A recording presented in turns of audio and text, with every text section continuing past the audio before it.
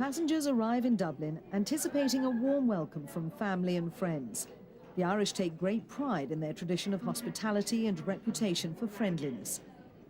They especially welcome the thousands of fellow Irish men and women returning home after living abroad. A warm welcome will also greet Americans and citizens of the European Union. But it's not always the case for others. Some travel guides warn visitors of possible racist attacks.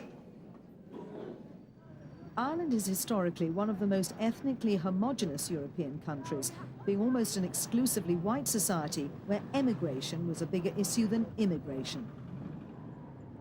10 years of economic boom have put an end to large-scale emigration and transformed one of the poorest European countries into the Celtic tiger. European Union figures show the standard of living is now higher in Ireland than in its former colonial ruler and the fourth biggest economy in the world, Britain. But with the boom has come an influx of people, 10,000 asylum seekers last year alone. Now Ireland is trying to deter refugees who encounter growing hostility amid a wave of Irish nationalism. In the face of such antagonism, a thriving multicultural and multi-ethnic neighbourhood is developing in the heart of Dublin. But laws introduced in 1999 forbid asylum seekers from working. They must subsist on an allowance worth a fraction of the state benefits to which the native Irish are entitled. But the tough attitude didn't deter Bose Ogumi, who fled religious violence in western Nigeria and as a Christian had hoped for a warm welcome in Catholic Ireland. The youth and the children and the younger ones, they are far from friendly. They're the ones that let us know that we are niggers. Some call us niggers. Some call us outright refugees. Some tell us we came to bleed their country, the country their forefathers fought for. Some make us feel very uncomfortable. Some tell us, go back to your country. Some tell us you're not needed here. You know, I mean, right out there in the street.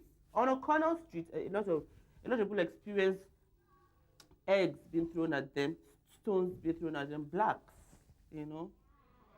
A creche provides a welcome escape from the hostel where the authorities say Bose and her children must live. Peter Omani of the Irish Refugee Council does what he can to help the growing number of asylum seekers. But budgets are tight. His job isn't helped by a hardening of attitudes against refugees.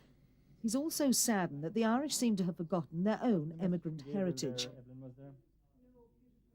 America, Australia, a number of countries, Britain, Irish people have benefited greatly from having the opportunity to emigrate.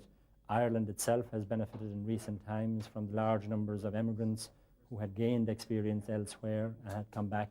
Sadly, there is relatively little understanding of that opportunity. So you have the bizarre situation that even while there are large numbers of vacant jobs out there, asylum seekers have not been allowed to work. If they came in at any stage since July 1999, they are prohibited from taking up employment. That's a huge waste of potential.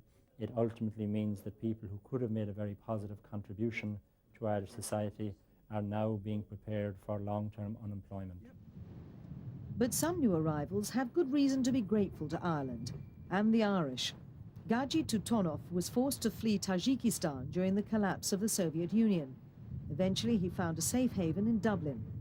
Recently, he was granted refugee status and permission to stay in Ireland. Gaji is now looking forward to his wife joining him.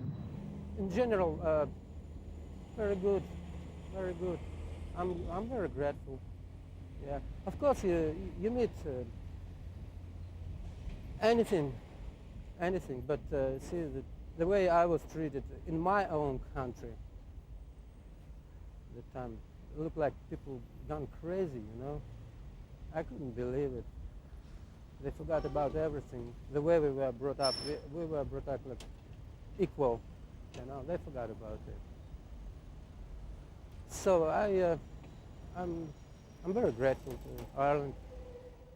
It's in inner city housing estates like this where Ireland's own poor and dispossessed harbour the greatest resentment against the newcomers. The worry is that the downturn in the global economy could bring a sudden end to the years of full employment. If there's a surge in unemployment, there's sure to be a surge in resentment against foreigners who already stand accused of stealing Irish jobs. Prayers for the Irish economy might not go amiss. And if the sun is about to set on Ireland's boom, no one will feel it more than asylum seekers. This African community centre gives practical assistance to black asylum seekers who are often at the receiving end of the worst racial abuse in Ireland. The centre's run by Gabriel Okhenla, who provides a place of refuge and comfort for people. He says name-calling and stone-throwing are common. Some suffer beatings. Gabriel believes it all adds to the tension. An average African man who is seeking asylum in this country is living a life of terrible fear, and they are confronted with a lot of hostilities and racial harassment in the country. There is a lot of exclusion, social exclusion on the part of the African immigrants, in the sense that many of them do not have the opportunities to socialize due to the fact that the amount of money received for upkeep is so small that it is not even enough to feed a dog. But some Africans have a more positive view. Nindja Mandiangu fled to Dublin from the violence of the Mobutu era in Congo Kinshasa. He believes life for Africans in Ireland will continue to get better. For now, I advise them to come because it's a good country. They can say Ireland is bigger. Irish people, not all of them they are bad. Some they are very good, and some they are bad. They can be in my country too. Some people they are good, some people they are bad. And what advice I want to give them, when they come to this country, they will welcome them. But they can mind themselves after God. And what do you hope will happen in the future? I think the future will be very good because they know now who we are. And many countries give example. That's why I say in the future, can be refugee, can be asylum seeker. The future will be good in this country. It's children like these who'll find out whether Nindja Mandiangu's optimistic vision of a multicultural and multi-ethnic Ireland can be achieved. As things stand today, Ireland has a very long way to go before it can offer the children of asylum seekers true equality. In recent months, the Dublin government has taken some positive steps. It's pledged funds for a public awareness campaign against racism.